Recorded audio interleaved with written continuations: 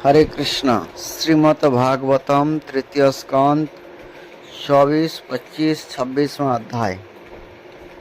24वां अध्याय श्री कपिल देव जी का जन्म।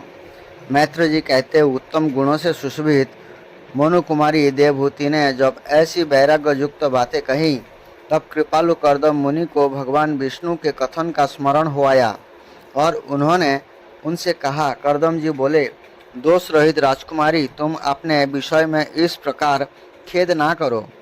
तुम्हारे गर्भ में अविनाशी भगवान विष्णु शीघ्र ही पधारेंगे। प्रिय, तुमने अनेक प्रकार के व्रतों का पालन किया है, अतः तुम्हारा कल्याण होगा। अब तुम संयम, नियम, तप और दान आदि करती हुई श्रद्धापूर्वक भगवान का भजन करो। इस प्रकार आराधना करने पर श्रीहरि तुम्हारे गर्भ से अवतीर्ण होकर मेरा जस बढ़ाएंगे और ब्रह्म ज्ञान का उपदेश करके तुम्हारे हृदय की अहंकारमयी ग्रंथि का छेदन करेंगे। श्री मैत्र जी कहते हैं, विदुर जी, प्रजापति कर्दम में आदेश में गौरव बुद्धि होने से देवहूति ने उस पर पूर्ण विश्वास किया और वह निर्विकार जगत गुरु भगवान श्री पुरुषोत्तम की आराधना करने लगी। इस प्रकार बहुत समय बीत जाने पर भगवान मधुसूदन कर्दम जी के वीर्य का आश्रय ले उसके गर्भ से इस प्रकार प्रकट हुए जैसे काष्ठ में से अग्नि। उस समय आकाश में मेघ जल बरसात हुए, गरज गरज कर बाजे बजने लगे, गंधर्व गण गान करने लगे और अप्सराएं आनंदित होकर नचने लगे। आकाश से देवताओं के बरसाए हुए दिव्य पुष्प की वर्षा होने लगी। सब दिशाओं में आनंद छा गया। जलाशय का जल निर्मल हो गया और सभी जीवों के मन प्रसन्न हो गए। इस समय सरस्वती नदी से घिरे हुए कर्दम जी के उस आश्रम में मरीचि आदि मुनियों के सहित श्री ब्रह्मा जी आए। शत्रुदमन विदुर जी, शत सिद्ध ज्ञान से संपन्न अजन्मा ब्रह्मा जी को यह मालूम हो गया था कि साक्षात परब्रह्म भगवान विष्णु सांख्य शास्त्र का उपदेश करने के लिए अपने विशुद्ध सत्वमय अंश से अवतीर्ण हुए हैं। अतः भगवान जिस कार्य को करना चाहते थे उसका उन्होंने विशुद्ध चित्त से अनुमोदन एवं आदर किया और अपनी संपूर्ण इंद्रियों से प्रसन्नता प्रकट करते हुए कर्दम जी से इस प्रकार कहा। श्री ब्रह्मा जी ने कहा, प्रिय कर्दम, तुम दूसरे को मान देने वाले हो। तुमने मेरा सम्मान करते हुए जो मेरी आज्ञा का पालन किया है, इससे तुम्हारे द्वारा निष्कपट भाव से मेरी पूजा संपन्न हुई है। पुत्रों को अपने पिता की सबसे बड़ी सेवा वही करनी चाहिए कि जो आज्ञा ऐसा कहकर आदरपूर्वक उनके आदेशों को स्वीकार करे। बेटा, तुम सभ्य हो। तुम्हारी ये सुंदरी कन्याएं अपने वंश द्वारा इस सृष्टि को अनेक प्रकार से बढ़ाएगी। तुम इन मरीचि आदि मुनिवरों को इनके स्वभाव और रुचि के अनुसार अपनी कन्याएं समर्पित करो और संसार में अपना सुजस फैलाओ। मुने, मैं जानता हूँ जो संपूर्ण प्राणियों की निधि है, उनके अभिष्ट मनोरथ पूर्ण करने वाले हैं। ये आदि पुरुष श्री नारायण ही अपने जोग माया से कपिल के रूप में अवतीर्ण हुए हैं। फिर देवहूति से बोले, राजकुमारी, सुनहरे बाल, कमल जैसे विशाल नेत्र और कमलाकित चरण कमल वाले शिशु के रूप में कैटभ सूर को मारने वाले साक्षात श्री हरि ने ज्ञान विज्ञान द्वारा कर्म की वासनाओं को मूलच्छेदन करने के लिए तेरे गर्भ में प्रवेश किया है। ये अविद्याजनित मोह की ग्रंथि को काटकर पृथ्वी में स्वच्छंद विचरेंगे। ये सिद्धगण के स्वामी और सांख्य चर्चा के भी माननीय होंगे। लोक में तेरी कीर्ति का विस्तार करेंगे और कपिल नाम से विख्यात होंगे। श्री मैत्र जी कहते हैं, विदुर जी, जगत की सृष्टि करने वाले ब्रह्मा जी उन दोषों को इस प्रकार आश्वासन देकर नारद और सनक आदि को साथ ले हंस पर चढ़कर ब्रह्मलोक को चले गए। ब्रह्मा जी के चले जाने पर कर्दम जी ने उनके आज्ञा अनुसार मरीचि आदि प्रजापतियों के साथ अपनी कन्या का विधि पूर्वक विवाह कर दिया। उन्होंने अपनी कला नाम की कन्या मरीचि को, अनुसुया अत्रि को, श्रद्धा अंगिरा को और हवि भू पुलस्य को समर्पित की। पुलह को उनके अनुरूप गति नाम की कन्या दी। क्रतु के साथ परम साध्वी क्रिया का विवाह किया। भृगु जी को ख्याति और वशिष्ठ जी को अरुंधति समर्पित की। अथर्वा ऋषि को शांति नामक कन्या दी, जिससे यज्ञ कर्म का विस्तार किया जाता है। कर्दम जी ने उन विवाहित ऋषियों का उनकी पत्नियों के सहित खूब सत्कार किया। विदुर जी इस प्रकार विवाह हो जाने पर ये सब ऋषि कर्दम जी की आज्ञा ले अति आनंद पूर्वक अपने अपने आश्रमों को चले गए। कर्दम जी ने देखा कि उनके यहाँ साक्षात देवादिदेव श्री हरि ने ही अवतार लिया है, तो एकांत में उनके पास गए और उन्हें प्रणाम करके इस प्रकार कहने लगे, वो आपने पाप कर्मों के कारण इस दुखमय संसार में नाना प्रकार से पीड़ित होते हुए पुरुषों पर देवगण तो बहुत काल बीतने पर प्रसन्न होते हैं, किंतु जिनके स्वरूप को जोगी जन अनेक जन्मों के साधनों से सिद्ध हुई सुदृढ़ समाधि के द्वारा एकांत में देखने का प्रयत्न करते हैं, आपने भक्तों की रक्षा करने वाले वे ही हरि हम विषय लोलुप के द्वारा होने वाली अपनी अवज्ञा का कुछ भी विचार ना कर आज हमारे घर अवतीर्ण हुए हैं। अब वास्तव में अपने भक्तों का मान बढ़ाने वाले हैं।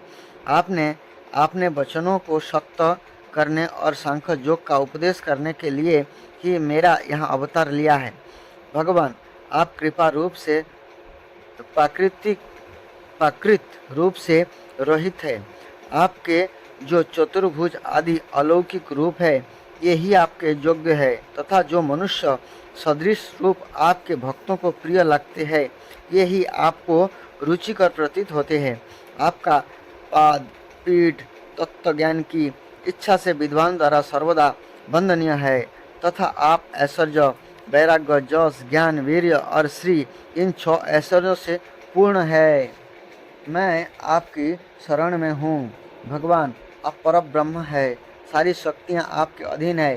प्रकृत पुरुष, महत्तत्व, काल, त्रिविध, अहंकार, समस्त लोक एवं लोकपालों के रूप में आप ही प्रकट है, तथा आप सर्वज्ञ परमात्मा ही इस सारे प्रपंचों के चेतना शक्ति के द्वारा अपने में लीन कर लेते हैं। अतः इन सब से परे भी आप ही है। मैं आप भगवान कपिल की शरण लेता हूँ। प्रभु, आपकी कृपा से मैं तीनों ऋणों से मुक्त हो गया हूँ और मेरी सभी मनोरथ पूर्ण हो चुके हैं।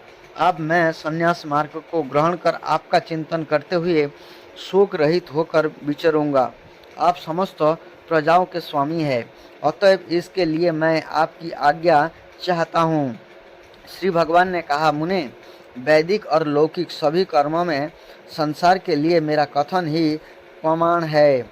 इसलिए मैंने जो तुमसे कहा था कि मैं तुम्हारे यहाँ जन्म लूँगा, उसे सत्य करने के लिए ही मैंने अवतार लिया है। इस लोक में मेरा यह जन्म लिंग शरीर से मुक्त होने की इच्छा वाले मुनियों के लिए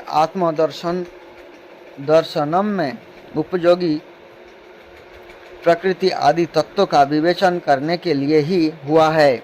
आत्मज्ञान का यह सूक्ष्म मार्ग बहुत समय से लुप्त हो गया है। इसे फिर से प्रवर्तित करने के लिए ही मैंने यह शरीर ग्रहण किया है। ऐसा जानो मुने, मैं आज्ञा देता हूँ, तुम इच्छा अनुसार जाओ और अपने संपूर्ण कर्म मुझे अर्पण करते हुए दुर्जय मृत्यु को जीतकर मोक्ष पथ प्राप्त करने के लिए मेरा भजन करो। मैं स्वयं प्रकाश और संपूर्ण जीवों के अंतःकरण में रहने वाला परमात्मा ही हूँ। अतः जब तुम विशुद्ध बुद्धि के द्वारा अपने अंतःकरण में मेरा साक्षात्कार कर लोगे, तब सब प्रकार के शोकों से छूटकर निर्भय पद अर्थात मोक्ष प्राप्त कर लोगे।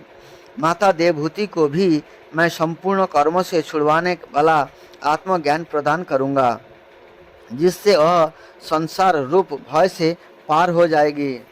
श्री मैत्र जी कहते हैं, भगवान कपिल के इस प्रकार कहने पर प्रजापति कर्दम जी उनकी परिक्रमा कर प्रसन्नता पूर्वक वन को चले गए। यहाँ अहिंसामय संन्यास धर्म का पालन करते हुए ये एकमात्र श्री भगवान की शरण हो गए तथा अग्नि और आश्रम का त्याग करके निस्संग भाव से पृथ्वी पर विचरने लगे, जो कार्य कारण से अतीत है, सत्यादि गुणों का प्रकाशक एवं निर्गुण है और अनन्य भक्ति से ही प्रत्यक्ष होता है।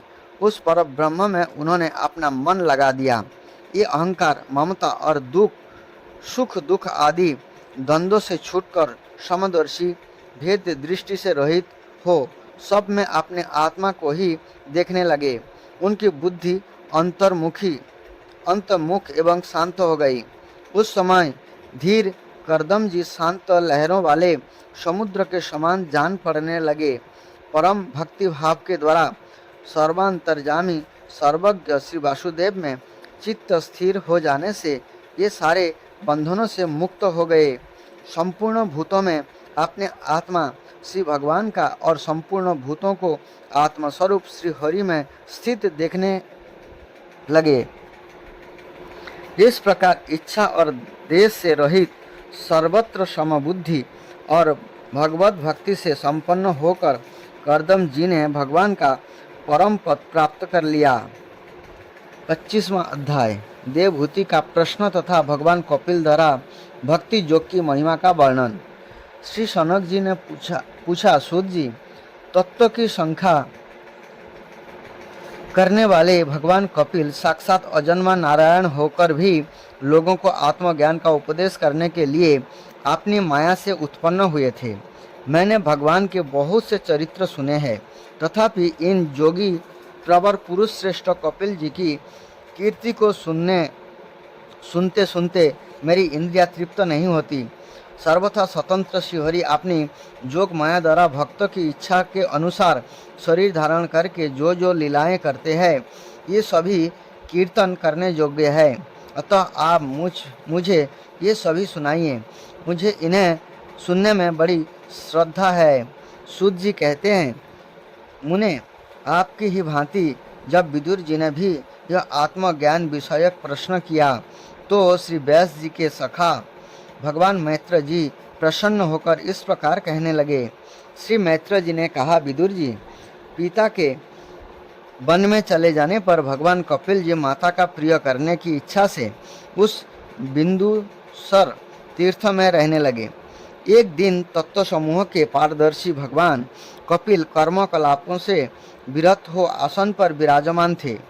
उस समय ब्रह्मा जी के वचनों का स्मरण करके देवभूति ने उनसे कहा।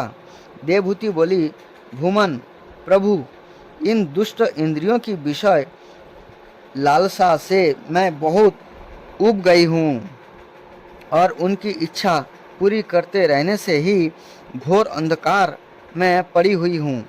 अब आपकी कृपा से मेरी जन्म परंपरा समाप्त हो चुकी है, इसलिए इस दुस्तर अज्ञान अंधकार से पार लगाने के लिए सुंदर नेत्र रूप आप प्राप्त हुए हैं। संपूर्ण जीवों के स्वामी भगवान आदि पुरुष है तथा अज्ञान अंधकार से अंधे पुरुषों के लिए नेत्र स्वरूप सूर्य की भांति उदित हुए हैं। देव, इन देह गेह आदि में जो मेरे पन का दुराग्रह होता है वो भी आपका ही कराया हुआ है। अतः आप मेरे इस महामोह को दूर कीजिए। आप अपने भक्तों के संसार रूप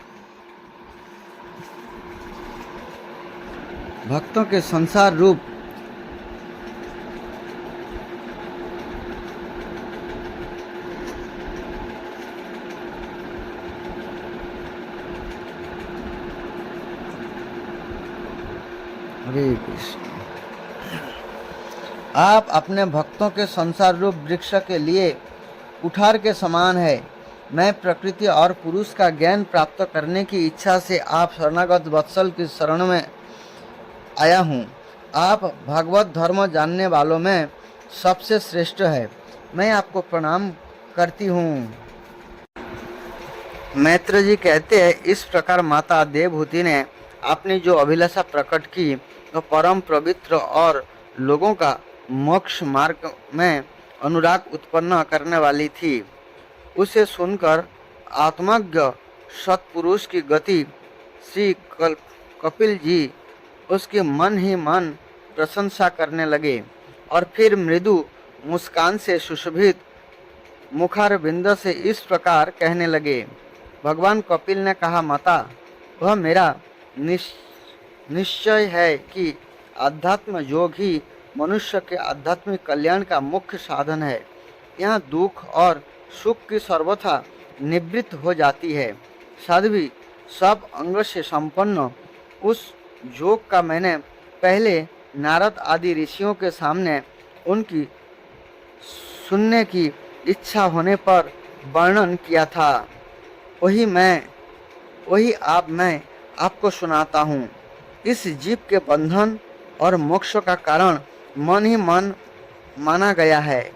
विषयों में आसक्त होने पर वह बंधन का हेतु होता है और परमात्मा में अनुरक्त होने पर वही मोक्ष का कारण बन जाता है। जिस समय वह मन मैं और मेरेपन के कारण होने वाले काम, लोभ आदि विकारों से मुक्त एवं शुद्ध हो जाता है, उस समय वह सुख दुख से छूटकर सम अवस्था में आ जाता है। तब जीव अपने ज्ञान, वैराग्य और भक्ति से युक्त हृदय से आत्मा को प्रकृति से परे एकमात्र अद्वितीय भेद रहित स्वयं प्रकाश सूक्ष्म अखंड और उदासीन अर्थात सुख दुख शून्य देखता है तथा प्रकृति को शक्तिहीन अनुभव करता है। योगियों के लिए भगवत प्राप्ति के निमित्त सर्वात्मा श्री हरि के प्रति की हुई भक्ति के समान और कोई मंगलमय मार्ग नहीं है। विवेकी जन संग या आसक्तियों को ही आत्मा का अच्छेद बंधन मानते हैं, किंतु वही संग या आसक्ति जब संत महापुरुषों के प्रति हो जाती है तो मोक्ष का खुला द्वार बन जाती है। जो लोग सहनशील, दयालु, समस्त देवधारियों के अकारण हेतु किसी के प्रति भी शत्रुभाव न रखने वाले, शांत सरल स्वभाव और सत्पुरुषों का सम्मान करने वाले होते हैं, जो मुझ में अनन्य भाव से सुदृढ़ प्रेम करते हैं, मेरे लिए संपूर्ण कर्म तथा अपने सागे संबंधियों को भी त्याग देते हैं और मेरे परायण रहकर मेरी पवित्र कथाओं का श्रवण कीर्तन करते हैं तथा मुझ में ही चित्त लगाए रहते हैं, उन भक्तों को संसार के तरह तरह के ताप कोई कष्ट नहीं पहुंचाते हैं। साध्वी, ऐसे ऐसे सर्वसंग परित्यागी महापुरुष ही साधु होते हैं। तुम्हें उन्हीं के संग की इच्छा करनी चाहिए, क्योंकि आसक्ति से उत्पन्न सभी दोषों को हर लेने वाले हैं। सत्पुरुषों के समागम से मेरे क्रमों का यथार्थ ज्ञान कराने वाले तथा हृदय और कानों को प्रिय करने वाली कथाएं होती है। उनका सेवन करने से शीघ्र ही मोक्ष मार्ग में श्रद्धा, प्रेम और भक्ति का क्रमशः विकास होगा। फिर मेरी सृष्टि आदि लीलाओं का चिंतन करने से प्राप्त हुई भक्ति के द्वारा लौकिक एवं परलौकिक सुखों में वैराग्य हो जाने पर मनुष्य सावधानता पूर्वक योग के भक्ति प्रधान सरल उपायों से समाहित होकर मनोनिग्रह के लिए यत्न करेगा। इस प्रकार प्रकृति के गुणों से उत्पन्न हुए शब्दादि विषयों का त्याग करने से, वैराग्य युक्त ज्ञान से, योग से और मेरे प्रति की गई सुदृढ़ भक्ति से मनुष्य मुझे अपना अंतरात्मा को इस देह में ही प्राप्त कर लेता है। देवहूति ने कहा, भगवान, आपकी समुचित भक्ति का स्वरूप क्या है और मेरी जैसी अबलाओं के लिए कैसी भक्ति ठीक है, जिससे कि मैं सहज में ही आपके निर्वाण पद को प्राप्त कर सकूं।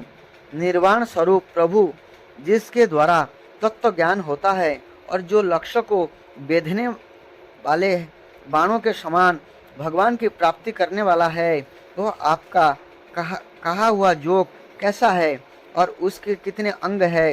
हरे, यह सब आप मुझे इस प्रकार समझाइए जिससे कि आपकी कृपा से मैं मंदमती स्त्री जाति भी इस दुर्बोध विषय को सुगमता से समझ सकूं।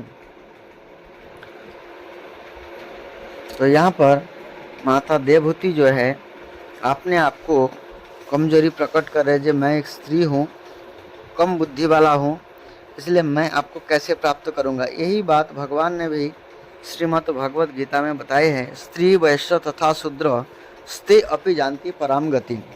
ये जो निम्न जाति है, स्त्री वैश्य शूद्र, इनका भी गति हो सकता है जो मेरी शरण में आ जाता है। तो इसलिए यहाँ पर भी माता देवहूति यहाँ पर अपना कमजोरी प्रकट करते हुए भगवान से प्रार्थना कर रहे, जी आप ऐसे बताइए जैसे मैं आसानी से समझ पाऊँ आपकी बातों को। मैत्र जी कहते हैं, विदुर जी, जिसके शरीर से उन्होंने स्वयं जन्म लिया था, उस अपनी माता का ऐसा अभिप्राय जानकर कपिल जी के हृदय में स्नेह उमड़ आया और उन्होंने प्रकृति आदि तत्वों का निरूपण करने वाले शास्त्रों का, जिसे सांख्य कहते हैं, उपदेश किया। साथ ही भक्ति विस्तार एवं योग का भी वर्णन किया।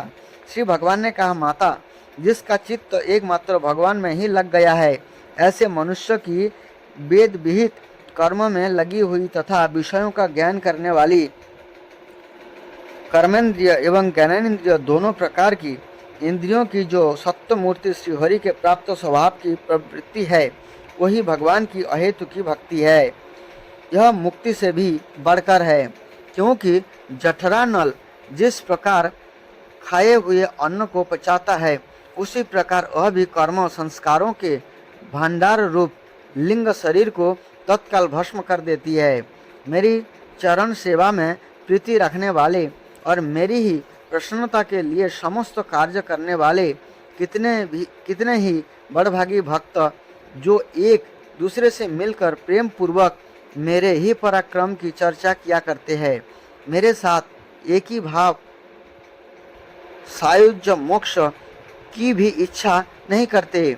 माँ, ये साधुजन अरुण नयन एवं मनोहर मुखार बिंद से युक्त मेरे परम सुंदर और वरदायक दिव्य रूप की झांकी करते हैं और उनके साथ सप्रेम संभाषण भी करते हैं, जिसके लिए बड़े बड़े तपस्वी भी लालायित रहते हैं।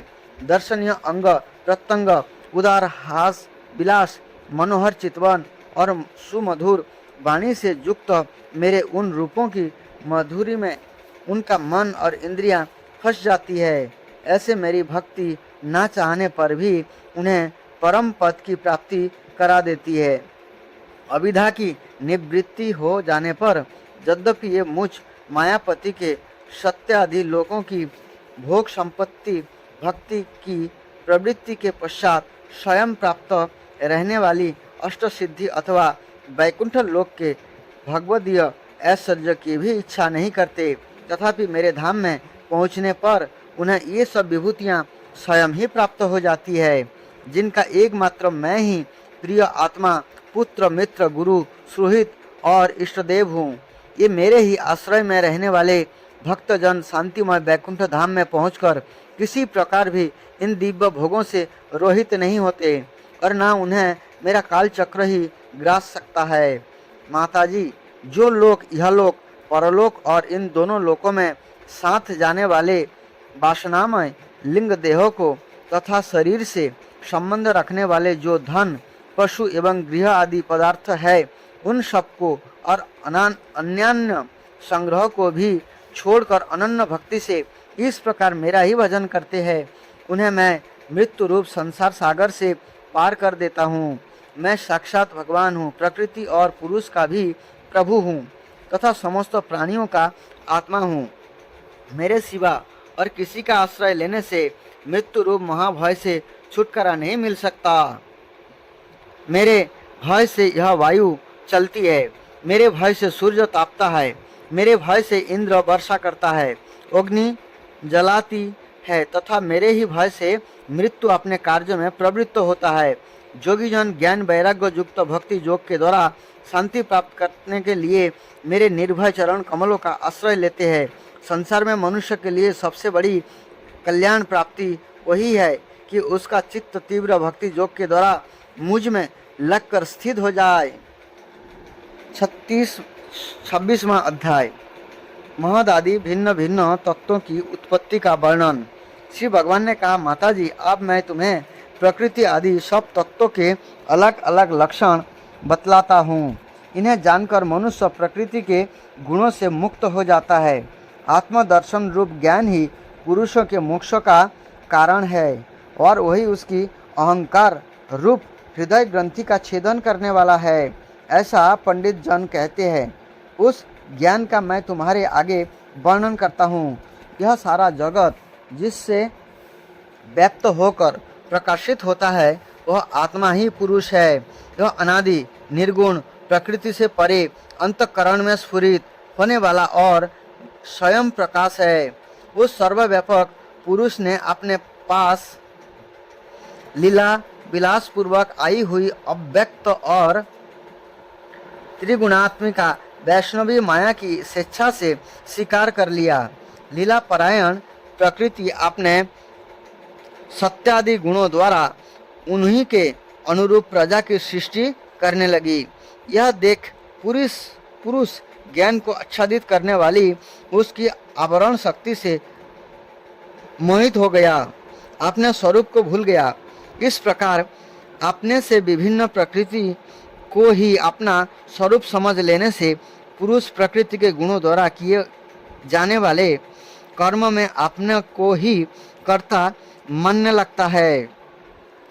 इस कर्तृत्वाभिमान से ही अकर्ता, स्वाधीन, साक्षी और आनंद स्वरूप पुरुष को जन्म मृत्यु रूप बंधन एवं स्वतंत्रता की प्राप्ति होती है।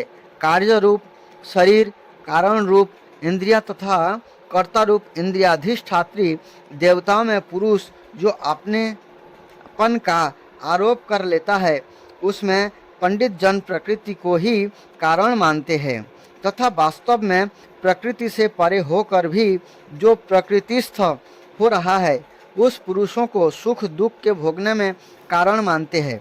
देवहूति ने कहा, पुरुषोत्तम, इस विश्व के स्थूल सूक्ष्म कार्य जिनके स्वरूप है तथा जो इसके कारण है, उन प्रकृति और पुरुष का लक्षण भी आप मुझसे कहिए। श्री भगवान ने कहा, जो त्रिगुणात्मक अव्यक्त नित्य और कार्य कारण रूप है तथा स्वयं निर्विशेष होकर भी संपूर्ण विशेष धर्मों का आश्रय है, उस प्रधान नामक तत्व को ही प्रकृति कहते हैं। 5 महाभूत, 5 तन्मात्रा, 4 अंतःकरण और 10 इंद्रियां, इन 24 तत्वों के समूहों को विद्वान लोग प्रकृति का कार्य मानते हैं। पृथ्वी, जल, तेज, वायु और आकाश, ये 5 महाभूत है।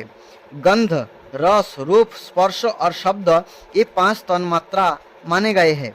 स्रोत, त्वचा, चक्षु, रसना, नासिका, बाघ, पानी, पाद, उपस्थ और पायु, ये 10 इंद्रियां हैं। मन, बुद्धि, चित्त और अहंकार, इन 4 के रूप में एक ही अंतःकरण अपनी संकल्प, निश्चय, चिंता और अभिमान रूपा 4 प्रकार की वृत्तियों से लक्षित होता है। इस प्रकार तत्वज्ञानी पुरुषों ने सगुण ब्रह्म के सन्निवेश स्थान इन 24 तत्वों की संख्या बतलाई है। इसके सिवा जो काल है यह 25वां तत्व है। कुछ लोग काल को पुरुष से भिन्न तत्व न मानकर पुरुष का प्रभाव अर्थात ईश्वर की संहारकारिणी शक्ति बताते हैं, जिससे माया के कार्य रूप देहादि में आत्मतत्व का अभिमान करके अहंकार से मोहित और अपने को कर्ता मानने वाले जीव को निरंतर भय लगा रहता है। मुनिपुत्री, जिनकी प्रेरणा से गुणों की समस्या व्यवस्था रूप निर्विशेष प्रकृति में गति उत्पन्न होती है, वास्तव में पुरुष भगवान ही काल कहे जाते हैं। इस प्रकार जो अपनी माया के द्वारा सब प्राणियों के भीतर जीव स्वरूप से और बाहर काल रूप से व्यक्त है, ये भगवान ही 25वें तत्व है। जब परम पुरुष परमात्मा ने जीवों के अदृष्ट बस क्षोभ के प्राप्त हुई संपूर्ण जीवों की उत्पत्ति स्थान रूपा अपनी माया में चित शक्ति रूप बीर्ज स्थापित किया, तो उससे तेजमय महत्तत्व उत्पन्न हुआ। लय, विक्षेप आदि रोहित तथा जगत के अंकुर रूप इस महत् तत्व ने अपने में स्थित विश्व को प्रकट करने के लिए अपने स्वरूप को आच्छादित करने वाले प्रलयकालीन अंधकार को अपने ही तेज से पी लिया। जो सत्व गुणमय, स्वच्छ, शांत और भगवान की उपलब्धि का स्थान रूप चित्त है, वही महत् तत्व है और उसी को वासुदेव कहते हैं। जिस प्रकार पृथ्वी आदि अन्य पदार्थों के संसर्ग से पूर्व जल अपनी स्वाभाविक अर्थात फैन तरंग आदि रहित अवस्था में अत्यंत स्वच्छ, विकार शून्य एवं शांत होता है, उसी प्रकार अपनी स्वाभाविक अवस्था की दृष्टि से स्वच्छत्व, अविकारित्व और शांतत्व ही वृत्तियों सहित चित्त का लक्षण कहा गया है। तदंतर भगवान वीर्य रूप चित्त शक्ति उत्पन्न हुए महत्तत्व के विकृत होने पर उससे क्रिया शक्ति प्रधान अहंकार उत्पन्न हुआ। यह वैकारिक तेजस और तामस भेद से 3 प्रकार का है। उसी से क्रमशः मन, इंद्रियां और पंच महाभूत की उत्पत्ति हुई। इस भूत, इंद्रियां और मन रूप अहंकार को ही पंडित जन साक्षात संकर्षण नामक सहस्त्र सिर वाले अनंत देव कहते हैं। इस अहंकार का देवता रूप से कर्तृत्व, इंद्रिय रूप से कारणत्व और पंचभूत से कार्यत्व लक्षण है तथा सत्यादि गुणों के संबंध से शांतत्व, घोरत्व और मूढ़त्व भी इसके लक्षण है। उपयुक्त 3 प्रकार के अहंकार से वैकारिक अहंकार के विकृत होने पर उससे मन हुआ, जिसके संकल्प विकल्प से कामनाओं की उत्पत्ति होती है। यह मनसत्व ही इंद्रियों के अधिष्ठाता अनिरुद्ध के नाम से प्रसिद्ध है। जोगीजन शरतकालीन नील कमल के समान श्याम वर्ण वाले इन अनिरुद्ध जी की सने सने मन को वशीभूत करके आराधना करते हैं। साध्वी फिर तेजस अहंकार में विकार होने पर उससे बुद्धि तत्व उत्पन्न हुआ। वस्तु का स्फुरण रूप विज्ञान और इंद्रियों के व्यापार में सहायक होना पदार्थों का विशेष ज्ञान करना है, ये बुद्धि के कार्य है। वृत्तियों के भेद से संशय, विपर्जय अर्थात विपरीत ज्ञान, निश्चय, स्मृति और निद्रा भी बुद्धि के ही लक्षण है। यह बुद्धि तत्व ही प्रद्युम्न है। इंद्रियां भी तेजस अहंकार का ही कार्य है। कर्म और ज्ञान के विभाग से उनके कर्मेंद्रिय और ज्ञानेंद्रिय 2 भेद है। इनमें कर्म प्रणाली की शक्ति है और ज्ञान बुद्धि की। भगवान की चेतन शक्ति की प्रेरणा से तामस अहंकार के विकृत होने पर उससे शब्द तन्मात्रा का प्रादुर्भाव हुआ। शब्द तन्मात्रा से आकाश तथा शब्द का ज्ञान कराने वाले श्री चित्रेंद्रिय उत्पन्न हुई अर्थात प्रकाशक होना। ओर में खड़े हुए वक्ता का भी ज्ञान करा देना और आकाश का सूक्ष्म रूप होना विद्वानों के मत में वही शब्द के लक्षण है। भूतों को अवकाश देना, सबके बाहर भीतर वर्तमान रहना तथा प्राण, इंद्रिय और मन का आश्रय होना, ये आकाश के वृत्ति अर्थात कार्य रूप लक्षण है। फिर शब्द तन्मात्रा के कार्य आकाश में काल गति से विकार होने पर स्पर्श तन्मात्रा हुआ और उससे वायु तथा स्पर्श का ग्रहण करने वाली त्वगेंद्रिय त्वचा उत्पन्न हुई। कोमलता, कठोरता, शीतलता और उष्णता तथा वायु का सूक्ष्म रूप होना ये स्पर्श के लक्षण है। वृक्ष की शाखा आदि की हिलाना, तीर्ण आदि को इकट्ठा कर देना, सर्वत्र पहुँचना, गंधा आदि युक्त द्रव्य को घ्राणादि इंद्रियों के पास तथा शब्द को श्री चित्रेंद्रिय के समीप ले जाना तथा समस्त इंद्रियों को कार्य शक्ति देना, ये वायु की वृत्तियों के लक्षण है। तदंतर देव की प्रेरणा से स्पर्श तन्मात्रा विशिष्ट वायु के विकृत होने पर उससे रूप तन्मात्रा हुआ तथा उससे तेज और रूप को उपलब्ध करने वाली नेत्रेंद्रियों का प्रादुर्भाव हुआ।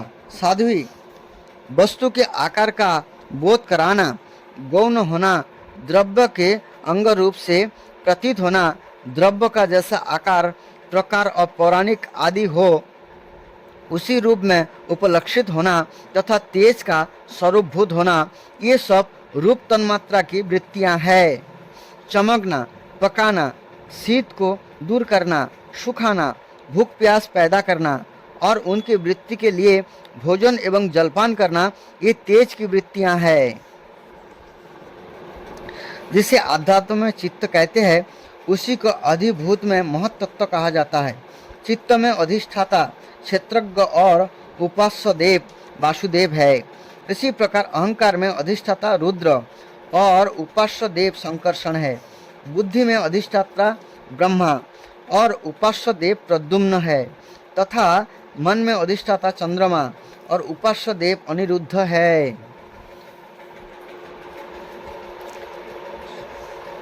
ये सब रूप तन्मात्रा की वृत्तियां हैं। चमकना, पकाना, शीत को दूर करना, सुखाना, भूख प्यास पैदा करना और उनकी निवृत्ति के लिए भोजन एवं जलपान करना, ये तेज की वृत्तियां हैं। फिर देव की प्रेरणा से रूप तन्मात्रा में तेज के विकृत होने पर उससे रस तन्मात्रा हुआ और उससे जल तथा रस को ग्रहण करने वाली रसंद्रिया अर्थात जीवा उत्पन्न हुई। रस अपने शुद्ध रूप में एक ही है, किंतु अन्य भौतिक पदार्थों के संयोग से यह कसेला, मीठा, तीखा पदार्थों के संयोग से वह कसेला, कड़वा, खट्टा और नमकीन आदि कई प्रकार का होता जाता है। गीला करना, मिट्टी आदि की पिंडकार बना देना, तृप्त करना, जीवित रखना, प्यास बुझाना, पदार्थों को मृदु कर देना, ताप की निवृत्ति करना और कुपदी में से निकाल लिए जाने पर भी वह बार बार पुनः प्रकट हो जाना, ये जल की वृत्तियां हैं। इसके पश्चात दैव प्रेरित रस स्वरूप जल के विकृत होने पर उससे गंध तन्मात्रा हुआ और उससे पृथ्वी तथा गंध को ग्रहण करने वाली घ्राणेन्द्रिया प्रकट हुई। गंध एक ही है, तथापि परस्पर मिले हुए द्रव्य भाग को न्यूनाधिकता से यह मिश्रित गंध, दुर्गंध, सुगंध, मृदु, तीव्र और अम्ल, खट्टा आदि अनेक प्रकार का हो जाता है। प्रतिमादि रूप से ब्रह्म की साकार भावना का आश्रय होना, जल आदि कारण तत्वों से भिन्न किसी दूसरी आश्रय की उपेक्षा किए बिना ही स्थित रहना, जल आदि अन्य पदार्थों को धारण करना, आकाश आदि का अवच्छेदक होना, घटाकाश, मठाकाश आदि भेदों को सिद्ध करना तथा परिमाण विशेष से संपूर्ण प्राणियों के स्त्रीत्व, पुरुषत्व आदि गुणों को प्रकट करना, ये पृथ्वी के कार्य रूप लक्षण है। आकाश का विशेष गुण शब्द, जिसका विषय है वह सत्येंद्रिय है। वायु का विशेष गुण स्पर्श, जिसका विषय है वह त्यागेंद्रिय है। तेज का विशेष गुण रूप, जिसका विषय है वह नेत्रेंद्रिय है। जल का विशेष गुण रस, जिसका विषय है वह रसेंद्रिय है। और पृथ्वी का विशेष गुण गंध, जिसका विषय है उसे घ्राणेन्द्रिय कहते हैं। वायु आदि कार्य तत्वों में आकाश आदि कारण तत्व के रहने से उनके गुण भी अनुगत देखे जाते हैं। इसलिए समस्त महाभूत के गुण शब्द, स्पर्श, रूप, रस और गंध केवल पृथ्वी में ही पाए जाते हैं। जब महतत्व, अहंकार और पंचभूत ये सात तत्व परस्पर मिल ना सके, पृथक पृथक हो ही रह गए, तब जगत के आदि कारण श्री नारायण ने काल, अदृष्ट और सत्ता आदि गुणों के रोहित उनमें प्रवेश किया। फिर परमात्मा के प्रवेश से क्षुब्ध और आपस में मिले हुए इन तत्वों से एक जड़ अंड उत्पन्न हुआ। उस अंडे से इस विराट पुरुष की अभिव्यक्ति हुई। इस अंड का नाम विशेष है। इसके अंतर्गत श्री हरि के स्वरूपभूत 14 भुवनों का विस्तार है। यह चारों ओर से क्रमशः एक दूसरे से 10 गुने जल, अग्नि, वायु, आकाश, अहंकार और महत्तत्व इन 6 आवरण से घिरा हुआ है। इन सब के बाहर 7वां आवरण प्रकृति का है। कारणमय जल में स्थित उस तेजमय अंडा से उठकर इस विराट पुरुष ने पुनः उसमें प्रवेश किया और फिर उसमें कई प्रकार के छिद्र किए। सबसे पहले उसमें मुख प्रकट हुआ, उससे बाक, इंद्रियां और उसके अनंतर बाघ का अधिष्ठाता अग्नि उत्पन्न हुआ। फिर नाक के छिद्र नथुने प्रकट हुए, उनसे प्राण सहित घ्राणेन्द्रिय उत्पन्न हुई। घ्राण के बाद उसका अधिष्ठाता वायु उत्पन्न हुआ। तत्पश्चात नेत्र गोलोक प्रकट हुए, उनसे चक्षु इंद्रिय प्रकट हुई और उसके अनंतर उसका अधिष्ठाता सूर्य उत्पन्न हुआ।